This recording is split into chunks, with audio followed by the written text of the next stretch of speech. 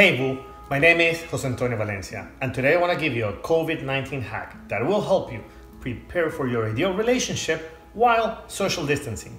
So today I want to address all the guys and the girls out there who are single and ready to mingle. Who would have thought that a time of isolation like this could actually be a great opportunity for your love life? Let's turn this problem into a blessing.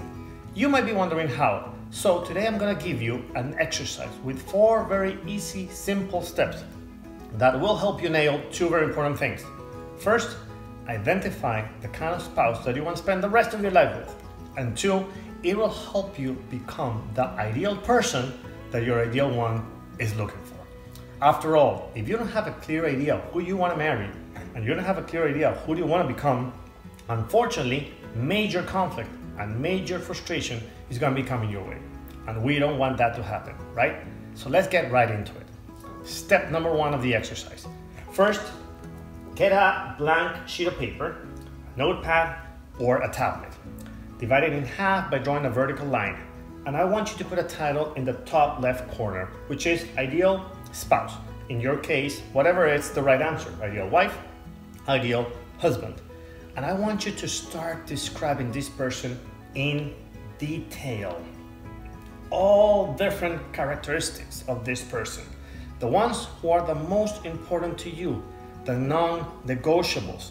But wait, we're not talking about physical traits here. We're talking about character traits, no physical. We're talking about qualities. We're talking about values. We're talking about principles. Let me give you an example. Maybe you want to talk about spirituality, God. Maybe you want to talk about health. Maybe you want to talk about finances. Maybe you want to talk about family. Whatever it is important to you, but be very detailed. Remember, there's no right or wrong answer. Whatever is important to you, that's the right answer. But be detailed about it. For example, let's say that God is in your list. So, do you want someone who goes to church every Sunday and reads the Bible once in a while? If that's what you want, write it down. But if God is a major concern for you, don't settle and be detailed about it. Maybe you want that person to actually even serve on his or her church. Maybe even lead a team. Maybe this person goes to a book crew or to a small Bible study group. Maybe that person even leads that group. Maybe this person reads the Bible every day, prays before eating, and so on and so on. The same thing with, I don't know, finances. Is she a good steward of her money?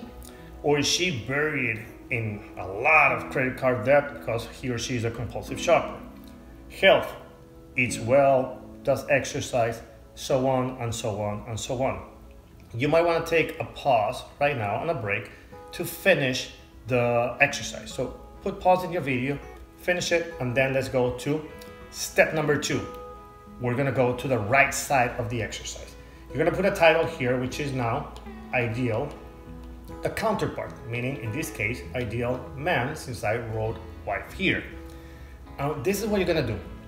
First of all, I want you to go through all the list, everything that you wrote in the left column. I want you to visualize this person so well that you can almost see him or her in front of you. Think like this person thinks. How is his or her life? And now start describing here on the right column the person that this person is looking for. So you might want to address the same things that you addressed before. Family, social life, health, God, career, life, etc., etc. So write all this down and be detailed about it as well. You might want to take also a little bit of a break. You can pause the video and finish. Once you finish, we're going to go now to step number 3, which is self-assessment. This is very important. You might want to take a pen or a marker or a highlighter of different color. And what you're going to do is you're going to go through each one of these points. And you're going to put a check in the ones where you think you're doing good. Or you might want to put a X in the ones where you think you need to work on. Let's say that, okay, I'm good here, check. I need to work a bit here, you put an X. I need to work a lot in this one, you put an X. Maybe in some, you put a question mark because you're not sure. And keep going through all the list. checks, crosses, question marks. Once you finish, this is what we're gonna do. First of all, read through the whole list and really envision now the person in your right. If you had a lot of X's and a lot of question marks, don't panic. Probably it's because this is not really the person that you envision to be. Ask yourself, is this really who I want to become regardless of whoever I want to attract? Does it make sense to you? If it does not make sense to you, then probably that means that the person that you were looking for was the wrong person in the first place. Hey, don't panic. That happens a lot. You know why? Because good is not always right. Just because someone looks good, that doesn't mean that is the right person for you. Remember, you have been called to be the best version of yourself, not the second best version of someone else. So if that was the case, just redo the exercise again.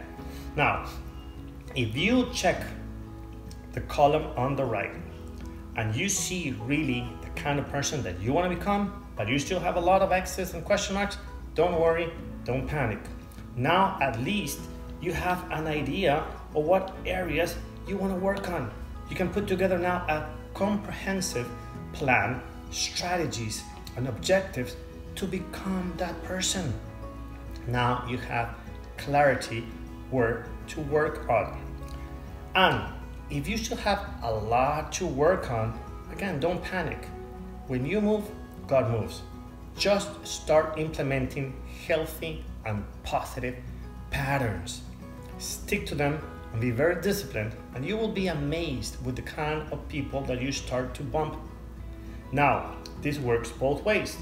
If you meet someone that is not there yet as the ideal person that you described, be very careful and pay close attention to his or her patterns, because that means that probably that person is close to becoming the ideal one. Okay? Now, also it's very important for you to realize how much can you tolerate differences. This exercise by no means implies that you need to look for someone exactly the same. No, not at all. Differences are really good in a relationship. It keeps the mystery going. I've seen a lot of happy marriages between extroverts and introverts, between vegans and carnivores, between organized people and messy people, between tall people and short people. Just ask yourself, how much can I tolerate? Let me give you an example. Let's say that family is an important area of your life. You talk to your parents every day, you get together with them very often, and maybe he's not the same. Maybe it's probably just because he was not raised that way. But if he is okay with you talking to them so often, and he's okay in going to several trips to get together with them, and he gets along well with your family, that's more than good enough. So you ask yourself, which ones are the non-negotiables, and you establish your boundaries. How much can you tolerate? Remember, you only get what you tolerate. So we went through step number 1, step number 2, step number 3, the self-assessment. Now we're gonna go to step number 4. In step number 4, you're gonna describe the ideal relationship. So in a different sheet of paper, just start writing why these two make such a great team together. I truly believe that every Christian couple should be a power couple. Why? Because they have a vision, they have goals, they have purpose and meaning that goes beyond themselves. Remember, at the end of the day, marriage is a long-term partnership. So that means that you want to be with your best friend and with someone in the long run who is willing to go through all the ups and downs of this journey called life. Which means, be very careful, who do you want to match with? Girls, don't go after tall, handsome, and nice car. No, look for spiritual leader, provider, protector. Guys, don't go after trophy wife or a princess in need to be rescued. No, look for the queen who's willing to fight by your side. Okay? So now we went through the 4 easy steps of the exercise. I want you now to also write down 4 main takeaways from this exercise. First of all, begin with the end in mind. That's one of the habits of highly effective people. If you don't know where you're going, you're gonna crash, right? If purpose isn't known, conflict is inevitable. Second of all, clarity gives you power. The more clear you are, the more intentional that your actions will be. And remember, in relationships, you want to be intentional. You don't want to be intense.